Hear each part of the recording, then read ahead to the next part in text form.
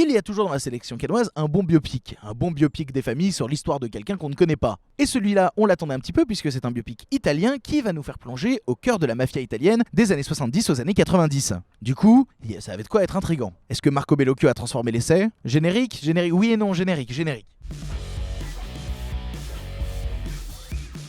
Le Traître nous raconte l'histoire de Tommaso Buscetta, qui était un des membres les plus importants d'une partie de la mafia italienne qui s'appelle Cosa Nostra. Durant les années 70, il a décidé de tout balancer. Voyant qu'une partie de ses amis et de sa famille se faisait tuer, il a dit « je ferai tomber tout le monde ». Et guess what? Il a fait tomber tout le monde. Jamais balancer les copains. Et toujours la mettre veilleuse.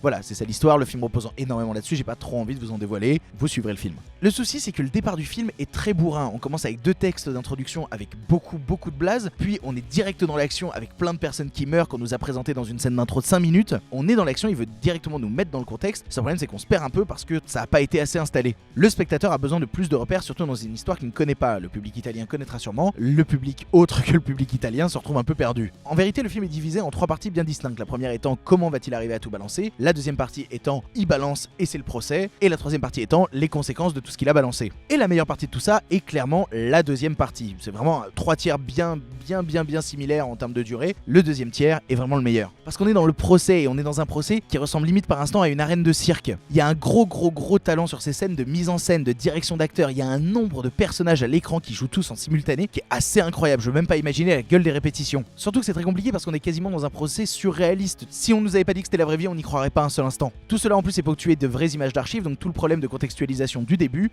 se perd ici, et ce qui fait qu'on se retrouve avec un film où ça y est, on a repris les rails, on a envie de suivre le procès, on a envie de suivre ces personnages, et on a envie de suivre les conséquences de ce scandale mafieux. Le truc, c'est que même là, c'est fait dans une narration qui est assez anarchique. On fait des bonds dans le temps, comme je vous disais, on raconte une histoire sur près de 20 ans, c'est très compliqué de gérer ça en termes de narration, et donc ça nous demande de faire des bonds en avant, en arrière continuellement, qui fait qu'on nous perd au bout d'un moment, on se perd dans les dates, on se dit mais attends, cet événement il était avant ou après celui-là? Ça manque de contexte.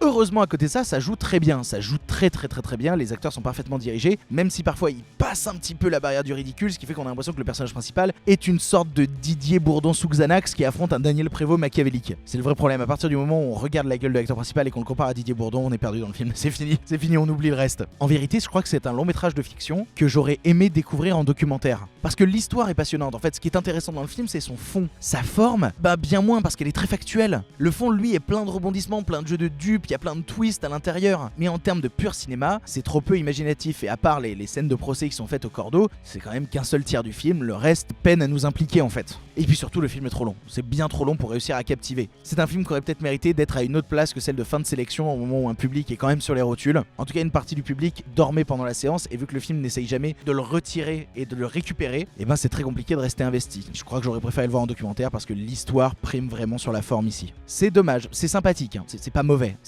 soyons honnêtes. Mais clairement face à tout ce qu'on s'est bouffé à côté, forcément ça passe un peu en retrait quoi. Peut-être un prix d'interprétation pour l'acteur principal, possiblement. On a encore d'autres vidéos à faire, hein. On a plein d'autres vidéos à faire. Je vois le cadre derrière qui fait oui. Bref, il y a encore plein d'autres choses à voir, le festival n'est pas terminé, on est là jusqu'à la fin. Des grosses bises, et je vous dis générique.